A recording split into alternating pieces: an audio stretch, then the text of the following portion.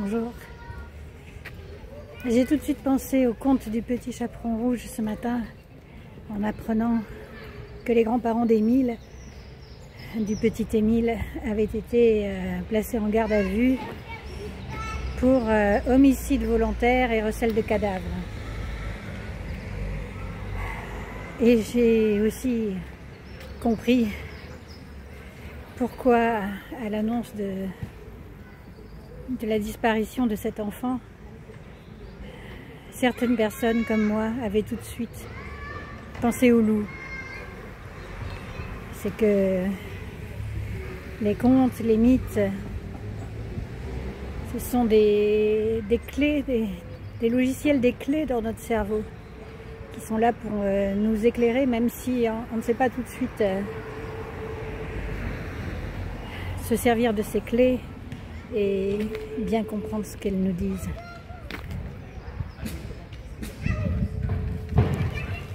Alors, cette disparition du petit garçon qui a tant frappé la France,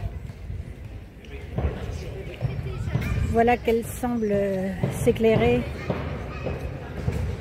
juste après les affaires de Betaram et d'autres, de beaucoup d'autres institutions catholiques dont ont été révélés les abus sur les enfants. Donc j'ai déjà fait une vidéo sur Betaram, je ne vais pas redévelopper là-dessus, mais effectivement sur le concept de péché originel qui fait que dans le catholicisme on pense que les enfants dès leur naissance sont marqués par le péché et que donc il est légitime de les en punir et de commettre à son tour le péché contre eux, puisque tous les hommes sont pécheurs et condamnés au péché. Donc on sait que cette famille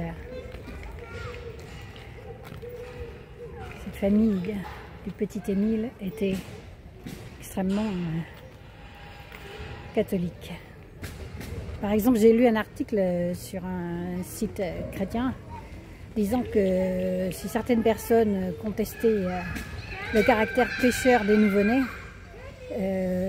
il y avait certainement extrêmement peu de parents pour le contester. Parce que selon cet article, ce catholique, eh bien, les parents voyaient bien que leur nouveau-né était des pécheurs et que par exemple s'ils pleuraient, c'était par égoïsme. Voilà ce qui forge ces mentalités.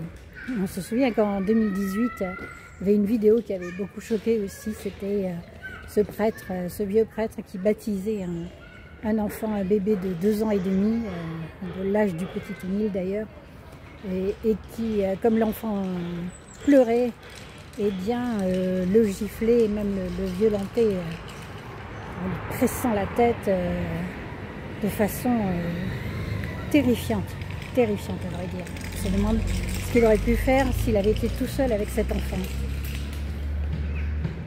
Ce ne sont pas des anecdotes parce que il y a tellement de centaines de milliers et de millions de cas dans le monde d'enfants maltraités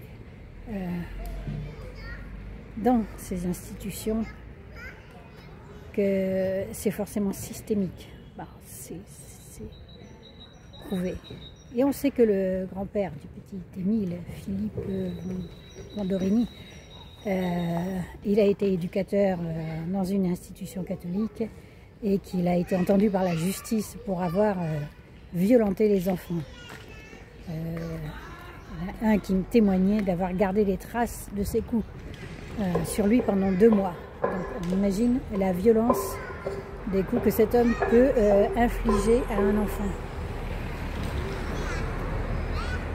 Cet homme qui avait la garde de son petit-fils. Et ces anciennes victimes qui ont témoigné contre celui qu'ils appelaient frère Philippe à cette époque, donc ce grand-père, aujourd'hui, disent aussi la loi du silence et le secret, c'est ce qu'on nous enseignait à Riomont, donc dans l'institution où cet homme, ce frère Philippe, entre guillemets, a brutalisé des enfants, violenté des enfants. Il est passé pour le plus terrible de tous. Là, cet homme, il a été interviewé avec complaisance par le magazine Famille chrétienne.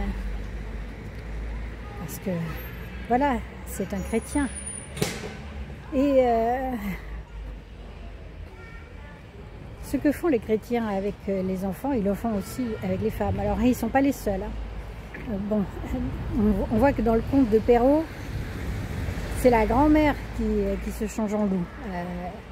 Et bien sûr, dans la réalité, les femmes sont capables aussi d'infanticide, mais le plus souvent, ce sont les hommes et les grands-pères qui abusent de leurs petits-enfants, de leurs petites-filles, soit sexuellement, soit en les violentant. Hein, bon.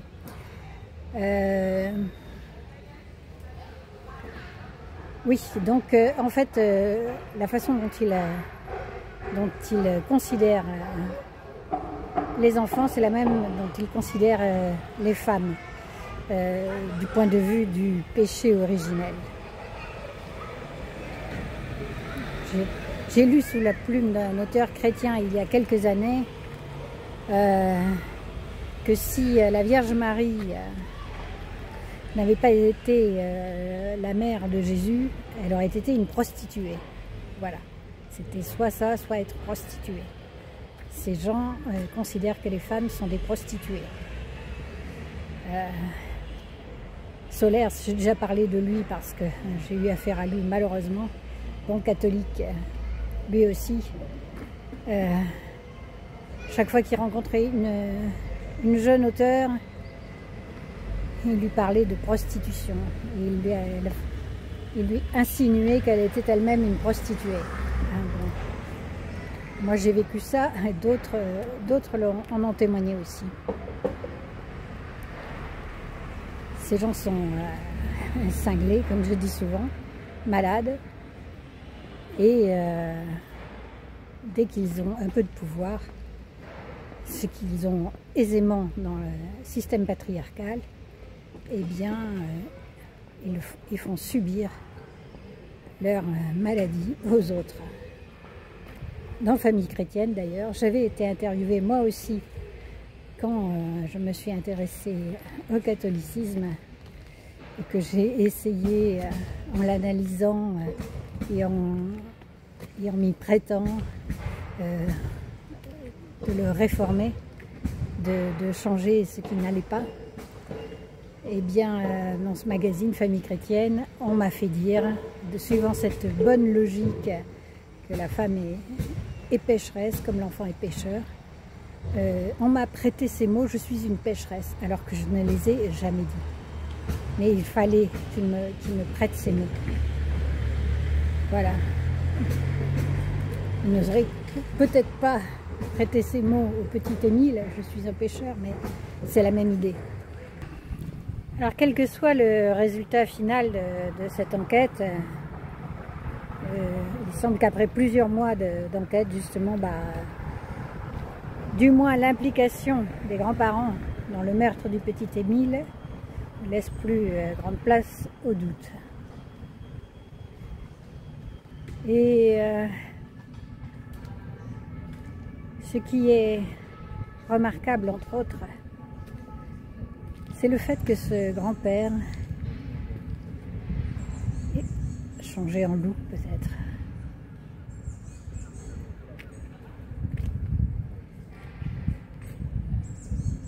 C'est le fait que ce grand-père, aux allures de loup, de conte populaire, ait refusé que le petit Émile soit enterré comme le voulaient ses parents au village du Haut-Vernay. ce qui apparemment a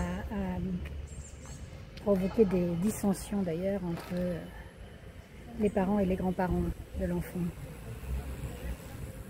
Il a refusé avec son autorité de patriarche en disant que cela rappellerait trop le drame quand il serait dans ce village. Et donc ce qui accompagne le crime dans ces affaires, c'est le déni, le refus d'enterrer les morts en fait, d'enterrer les morts à leur juste place. Le recel de cadavres et le refus d'enterrer les morts parce que ce serait reconnaître son crime, impardonnable. Paix à ton âme, petit Émile, et pensez pour tes parents.